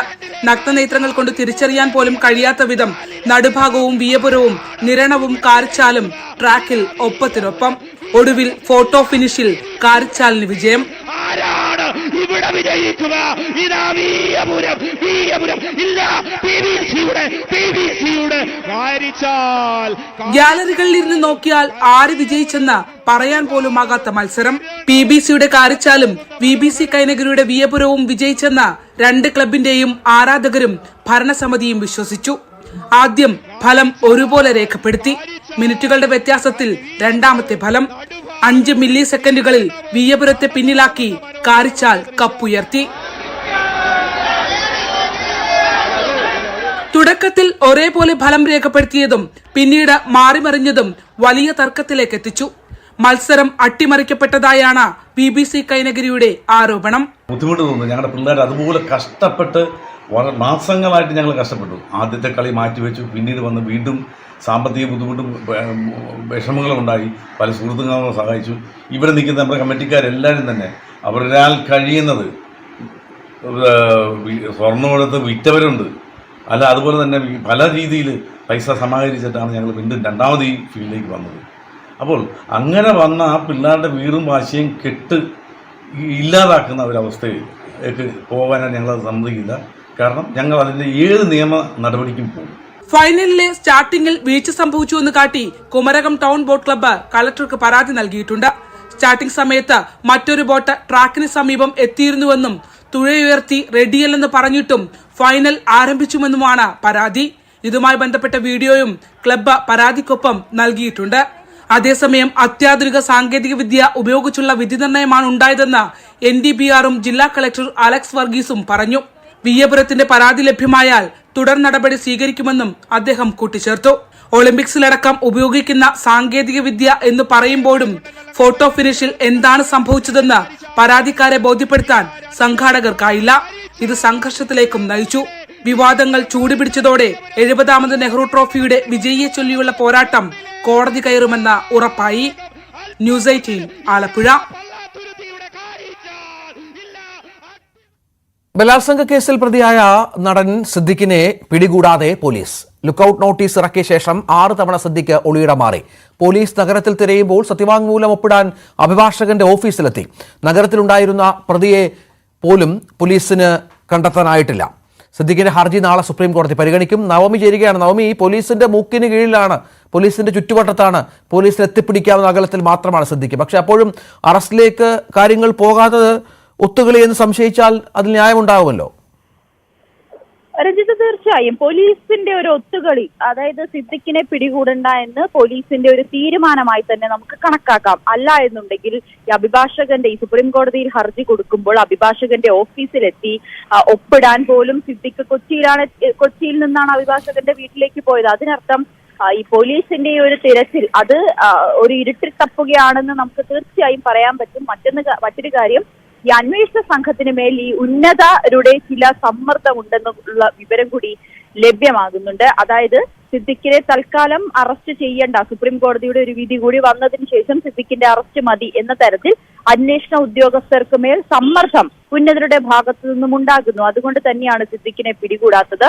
ഇതിനിടയിൽ 6 തവണയാണ് സിദ്ദിഖ് ഒളിത്താവളം മാറിയതെന്ന് കൂടി റിപ്പോർട്ട് ലഭിക്കുന്നുണ്ട്. അതായത് സിദ്ദിഖ് കൊച്ചിയിൽ തന്നെ അല്ലെങ്കിൽ കേരളത്തിൽ തന്നെയുണ്ട്, മറ്റെവിടെയും പോയിട്ടില്ല. അന്വേഷണ സംഘത്തിന് പിടികൂടണ്ട എന്നുള്ള ഒരു തീരുമാനത്തിൽ തന്നെയാണ് നിൽക്കുന്നത്. അതിനു വേണ്ടിയിട്ടുള്ള സമ്മർദ്ദവും അന്വേഷണ സംഘത്തിന് മേലുണ്ടെന്നാണ് നമുക്ക് വ്യക്തമാകുന്നത്. അല്ല എന്നുണ്ടെങ്കിൽ സിദ്ദിഖിന്റെ ഫോൺ ഓണായിട്ട് പോലും ആ റേഞ്ച് പോലും കണ്ടുപിടിക്കാൻ, അല്ലെങ്കിൽ സൈബർ സെല്ലിന്റെ സഹായത്തോടു കൂടി ആ ഫോൺ റേഞ്ച് പോലും കണ്ടെത്താൻ അന്വേഷണ സംഘം തയ്യാറാകാത്തത് അതുകൊണ്ട് തന്നെയാണ്. എന്തായാലും നാളെയാണ് സുപ്രീം കോടതിയിൽ സിദ്ദിഖിന്റെ ജാമ്യ ഹർജി പരിഗണിക്കുക. പക്ഷേ നാളെ വിശദമായിട്ടുള്ളൊരു വാദം കേൾക്കുന്ന ഒരു സാഹചര്യം ഉണ്ടാകും. വിധി അല്ല എന്നുണ്ടെങ്കിൽ മറ്റൊരു ദിവസത്തേക്ക് സുപ്രീം കോടതി കേസ് എടുക്കുന്നത് മാറ്റി വെക്കുകയാണെങ്കിൽ തീർച്ചയായും സിദ്ദിഖിന് വീണ്ടും ഒളിവിൽ തന്നെ തുടരേണ്ടി വരും. അല്ല എന്നുണ്ടെങ്കിൽ അന്വേഷണ സംഘം അറസ്റ്റ് ചെയ്യേണ്ട എന്നൊരു തീരുമാനത്തിൽ തന്നെയായിരിക്കും നിൽക്കുക. എന്തായാലും നാളെ നമുക്കറിയാം സിദ്ദിഖിന്റെ വിധി എന്താകുമെന്ന്. ശരി നവമി. നടൻ ബാലചന്ദ്ര മേനോന്റെ പരാതിയിൽ യൂട്യൂബ് ചാനലുകൾക്കെതിരെ കേസെടുത്തു. ആലുവയിൽ താമസിക്കുന്ന നടി യൂട്യൂബ് ചാനൽ വഴി തന്നെ അപകീർത്തിപ്പെടുത്തിയെന്നാണ് ബാലചന്ദ്ര മേനോന്റെ പരാതി. IT ആക്ട് പ്രകാരം സൈബർ പോലീസാണ് കേസെടുത്തത്. ഡാനി പോൾ ചേരുകയാണ്. ഡാനി, നടിയുടെ യൂട്യൂബ് അഭിമുഖം നമ്മളൊക്കെ കണ്ടതാണ്.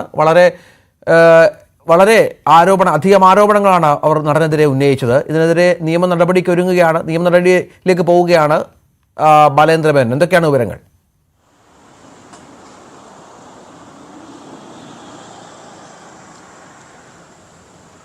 നടിയുടെ ഈ അഭിമുഖം പുറത്തു വന്ന സാഹചര്യത്തിലാണ് ഇപ്പോൾ നിയമ നടപടിയിലേക്ക് നീങ്ങാനായിട്ട് ബാലചന്ദ്ര മേനോൻ നിർബന്ധിതനായിരിക്കുന്നത്. ഇതിൽ യൂട്യൂബ് ചാനലുകൾ, ഈ അഭിമുഖം സംപ്രേഷണം ചെയ്ത യൂട്യൂബ് ചാനലുകൾ അത് വളരെ അപകീർത്തിപരമായ രീതിയിൽ തനിക്കെതിരെ ഇത് മാറിയിരിക്കുന്നു. നടിയുടെ ഒരു അഭിമുഖം യാതൊരു വാസ്തവമോ കാര്യങ്ങളോ ഒന്നുമില്ലാത്ത കാര്യങ്ങളാണിത്. അത് ആ രീതിയിലേക്ക് സംപ്രേഷണം ചെയ്തിരിക്കുന്നു. തനിക്ക് അപകീർത്തികരമായ രീതിയിലേക്ക് കാര്യങ്ങൾ മാറിയിരിക്കുന്നു. ഇതെല്ലാം കാണിച്ചുകൊണ്ടാണ് ഈ സൈബർ പോലീസിന് ബാലചന്ദ്ര മേനോൻ പരാതി നൽകിയിരിക്കുന്നത്. ഇതനുസരിച്ച് കേസ് എടുത്തിട്ടുണ്ട്.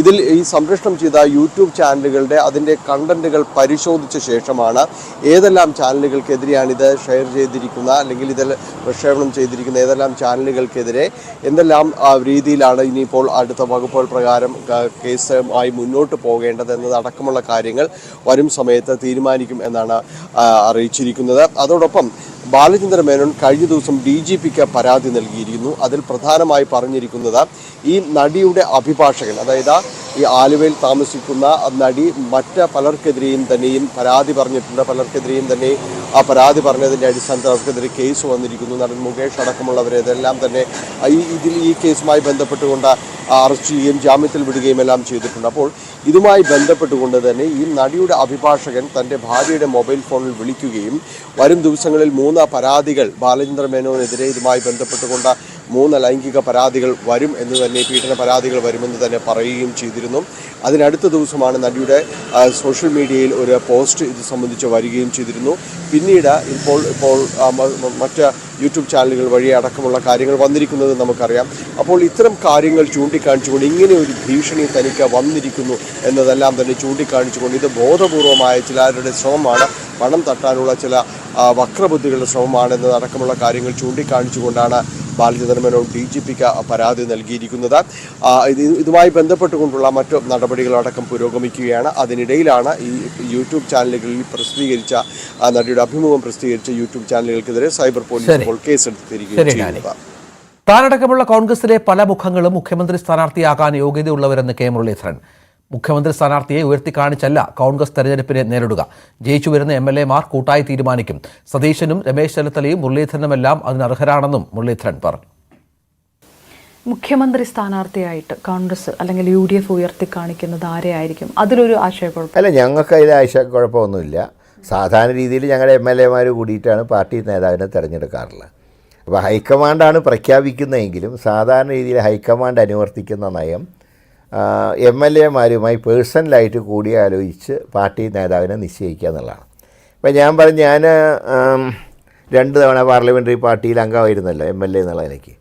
എന്നോടൊക്കെ പേഴ്സണൽ ഇൻ്റർവ്യൂ നടത്തിയിട്ടാണ് ആദ്യം ഉമ്മൻചാണ്ടിനെ നിശ്ചയിച്ചതിന് രണ്ടാമത് രമേശ് ചെന്നിത്തലനെ തീരുമാനിച്ചു. ജയിച്ചു വരുന്ന MLA-മാരുമായിട്ട് പേഴ്സണലായിട്ടുള്ള ഇൻ്റർവ്യൂ നടത്തിയിട്ടായിരിക്കും പാർട്ടി നേതാവിനെ തിരഞ്ഞെടുക്കുക. ഓക്കെ, അപ്പോഴും ഈ പറഞ്ഞ പോലെ ഇപ്പം എത്ര ആരോപണങ്ങൾ വരുമ്പോഴും പിണറായി എന്ന് പറയുന്നത് CPM-ന്റെ LDF-ന് മുഖമായിട്ട് നിൽക്കുന്നു.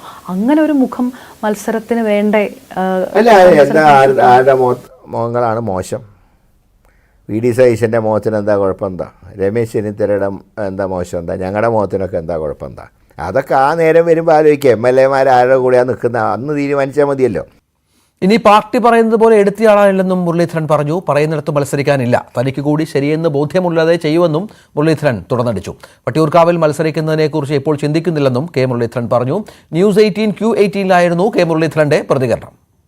ഈ പാർട്ടിക്ക് സാധാരണ എന്ത് വെല്ലുവിളികൾ വരുമ്പോഴും മറ്റു മുതിർന്ന നേതാക്കന്മാരൊന്നുമല്ല, കെ മുരളീധരൻ വരുന്നു, ആ മണ്ഡലത്തിൽ നിൽക്കുന്നു, അങ്ങനെ പാർട്ടിയെ രക്ഷിക്കുന്നു എന്നുള്ളൊരു, ഇനി അങ്ങനെ ഒരു പരീക്ഷണത്തിന് താങ്കൾ നിന്നു? ഇല്ല, ഇനി ആ പരീക്ഷണമല്ല. എനിക്ക് കൂടെ ബോധ്യപ്പെട്ട ഒന്നാമത് നിൽക്കണമെന്നുള്ള കാര്യം ഞാൻ തീരുമാനിച്ചിട്ടില്ല. ഞാനിപ്പോൾ കഴിഞ്ഞ കുറേ കാലത്തെ രാഷ്ട്രീയത്തിൽ ഇപ്പോൾ സംസ്ഥാന രാഷ്ട്രീയത്തിൽ അധികം താല്പര്യം കാണിക്കാത്ത ഒരാളാണ് ഞാൻ.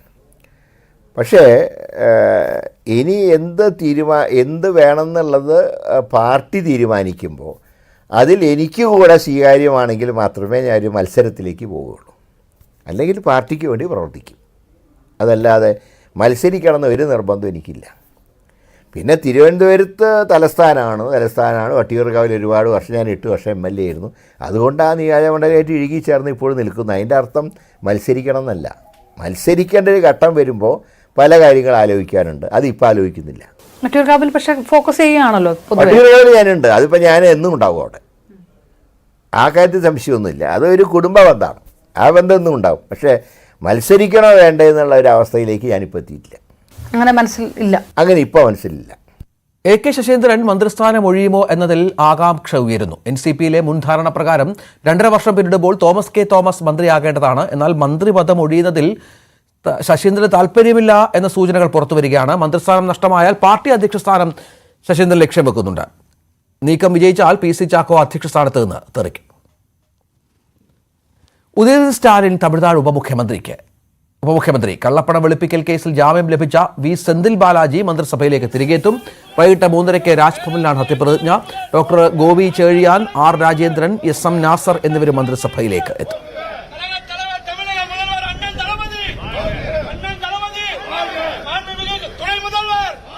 வாழ்த்துக்களுக்கெல்லாம் நன்றி தெரிவிச்சுக்கிறேன்.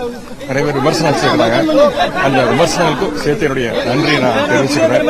கண்டிப்பா ஒவ்வொரு வாழ்த்துக்களை எப்படி நான் உள்வாங்கிக் கொள்கிறோனோ அதே மாதிரி விமர்சனங்களையும் உள்வாங்கி அதில் தவறுகள் இருந்தால் திருத்திக்கிறதுக்கும் என்னுடைய பணிகள் இன்னும் சிறப்பாக அமைவதற்கும் தலைவருடைய வழிகாட்டுதலின்படி என்னுடைய பணிகள் அமையும் நான் நம்புறேன். செயலராக பொறுப்பேற்கும் போது இதே மாதிரி விமர்சனங்கள் வந்தது. என்னுடைய பணிகள் நான் ന്യായപ്പെടുത്ത முடியும். ഹിസ്ബുള്ള നേതാവ് ഹസൻ നസ്രള്ളയെ വധിച്ചത് ചരിത്രപരമായ വഴിത്തിരിവെന്ന് ഇസ്രായേലി പ്രധാനമന്ത്രി ബെഞ്ചമിൻ നെതന്യാഹു. ലോകത്തിന്റെ വിവിധ ഭാഗങ്ങളിൽ പ്രതിഷേധം ശക്തമാകുമ്പോഴാണ് പ്രതികരണം. കൊലപാതകത്തിന് പ്രത്യാഘാതമുണ്ടാകുമെന്ന് ഇറാനിലെ പരമോന്നത നേതാവ് അയത്തുള്ള ഖൊമൈനിയും അറിയിച്ചു. ഇറാനിൽ 5 ദിവസം ദുഃഖാചരണം പ്രഖ്യാപിച്ചിട്ടുണ്ട്. തുടരുന്ന ആക്രമണങ്ങളുടെ പശ്ചാത്തലത്തിൽ അയത്തുള്ള അലി ഖൊമൈനിയെ സുരക്ഷിത കേന്ദ്രത്തിലേക്ക് മാറ്റി. അദ്ദേഹത്തിനുള്ള സുരക്ഷയും വർദ്ധിപ്പിച്ചു. UN രക്ഷാ സമിതി യോഗം ഉടൻ വിളിക്കണമെന്ന് ഇറാൻ ആവശ്യപ്പെട്ടു. ബെയ്റൂട്ടിൽ വ്യോമാക്രമണത്തിൽ ഇന്നലെ മാത്രം 33 പേരാണ് കൊല്ലപ്പെട്ടത്. മെട്രോയ്ക്കായി എടുത്ത കുഴിയിൽ വീണ് 2 ബൈക്ക് യാത്രക്കാർക്ക് പരിക്ക്. ചിറ്റേത്തുകര ഭാഗത്താണ് അപകടമുണ്ടായത്. നേര്യമംഗലം സ്വദേശി ആദർശ്, കോട്ടയം സ്വദേശി വിഷ്ണു എന്നിവർക്കാണ് പരിക്കേറ്റത്. മെട്രോ 2ാം ഘട്ടത്തിൽ സംസ്ഥാന സർക്കാരിന്റെ ഭാഗത്ത് ഗുരുതര വീഴ്ചയെന്ന് ഹൈബി ഈഡൻ പരാതിപ്പെട്ടു. ഡാനി പോളിന്റെ റിപ്പോർട്ട്. കൊച്ചി മെട്രോ റെയിലിന്റെ 2ാം ഘട്ട നിർമ്മാണം അത് പുരോഗമിക്കുകയാണ്. പക്ഷെ അത് വലിയ വിവാദത്തിലേക്ക് നീങ്ങുന്നു. നമ്മൾ ഈ 2ാം ഘട്ട നിർമ്മാണം നടക്കുന്ന ഭാഗം എന്ന് പറയുന്നത് ഇവിടെ നിന്ന് കലൂർ മുതൽ കാക്കനാട് വരെ നീളുന്ന 11 കിലോമീറ്ററോളം വരുന്ന ഒരു ദൂരമാണ്. 1957 കോടി രൂപയാണ് ഇതിനെ വകയിരുത്തിയിരിക്കുന്നത്. 2 വർഷം കൊണ്ട് പൂർത്തിയാക്കാനാണ് പദ്ധതി ലക്ഷ്യമിടുന്നത്. പക്ഷേ ഇപ്പോഴത്തെ വലിയൊരു ആക്ഷേപമായിട്ട് വന്നിരിക്കുന്നത് വേണ്ടത്ര ആലോചനകളില്ലാതെ ആസൂത്രണങ്ങളില്ലാതെയാണ് തുടങ്ങിയിരിക്കുന്നത് എന്നതാണ്. വലിയ രീതിയിലുള്ള പരാതികൾ ഉയരുന്നു. ഇന്നിപ്പോൾ സംഭവിച്ചിരിക്കുന്നത് 2 പേർ അപകടത്തിൽപ്പെട്ടതാണ്. ഈ മെട്രോ റെയിലിന്റെ നിർമ്മാണവുമായി ബന്ധപ്പെട്ടുകൊണ്ട് അനുബന്ധ റോഡുകളുടെ അടക്കം വികസനമുണ്ട്.